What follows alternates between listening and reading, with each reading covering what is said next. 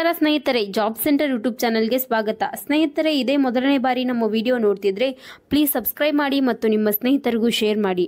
ಸ್ನೇಹಿತರೆ, government of India ministry of railway ಇಲಾಖೆಯಿಂದ ಹೊಸ ನೇಮಕಾತಿ ಅಧಿಸೂಚನೆ ಬಿಡುಗಡೆಯಾಗಿದ್ದು, ಈ ಒಂದು ಅಧಿಸೂಚನೆಯು 9/3/2024ನೇ ತಾರೀಕು ಬಿಡುಗಡೆಯಾಗಿದೆ. ಹಾಗೆ ಇದಕ್ಕೆ ಮಹಿಳಾ ಮತ್ತು ಪುರುಷರು ಅರ್ಜಿ ಸಲ್ಲಿಸಬಹುದು. ಒಟ್ಟು 9,144 ಹುದ್ದೆಗಳಿಗೆ ಅರ್ಜಿ ಆಹ್ವಾನ ಮಾಡಲಾಗಿದ್ದು, ಈ ಒಂದು ಹುದ್ದೆಗೆ ಯಾವ ಥರ ಸೆಲೆಕ್ಷನ್ ಪ್ರೊಸೆಸ್ ಇರುತ್ತೆ, ಏನು ಎಲಿಜಿಬಿಲಿಟಿ ಇರುತ್ತೆ, ಹಾಗೆ ಇದಕ್ಕೆ ಎಕ್ಸಾಮ್ ಫೀಸ್ ಎಷ್ಟಿರುತ್ತೆ ಮತ್ತು ಇದಕ್ಕೆ ಕ್ವಾಲಿಫಿಕೇಶನ್ ಏನು ಎಲ್ಲವನ್ನು ಈ ವಿಡಿಯೋದಲ್ಲಿ ನೋಡ್ತಾ ಹೋಗೋಣ. ವಿಡಿಯೋನ ಸ್ಕಿಪ್ ಮಾಡದೆ ಕೊನೆವರೆಗೂ ನೋಡಿ.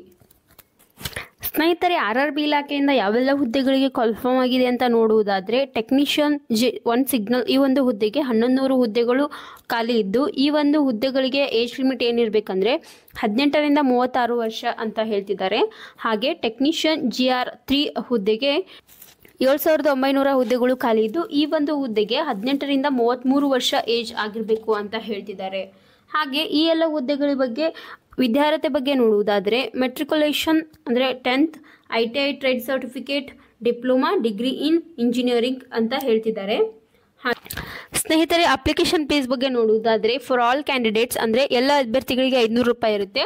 ಹಾಗೆ being SC ST, ex service man, female ಹಾಗೂ ಟ್ರಾನ್ಸ್ಜೆಂಡರ್ ಈ ಒಂದು ಅಭ್ಯರ್ಥಿಗಳಿಗೆ 250 ರೂಪಾಯಿ ಇರುತ್ತೆ.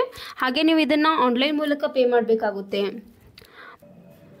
RRB technician selection process 2024 RRB ಹುದ್ದೆಗಳಿಗೆ ಯಾವ ಥರ ಸೆಲೆಕ್ಷನ್ ಮಾಡ್ಕೊಳ್ತಾರೆ ಅಂದರೆ, ಇದಕ್ಕೆ there are a total number of 4 stages in the selection process for the post of technician in Indian railway which as are follows.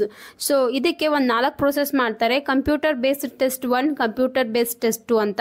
So CBT ಅಂದರೆ first 2 exam ತಗೋತಾರೆ. ಅದಾದಮೇಲೆ document verification ಇರುತ್ತೆ ನಿಮಗೆ. ಅದಾದಮೇಲೆ ಮೆಡಿಕಲ್ ಎಕ್ಸಾಮಿನೇಷನ್ ಅಂತ ಇರುತ್ತೆ.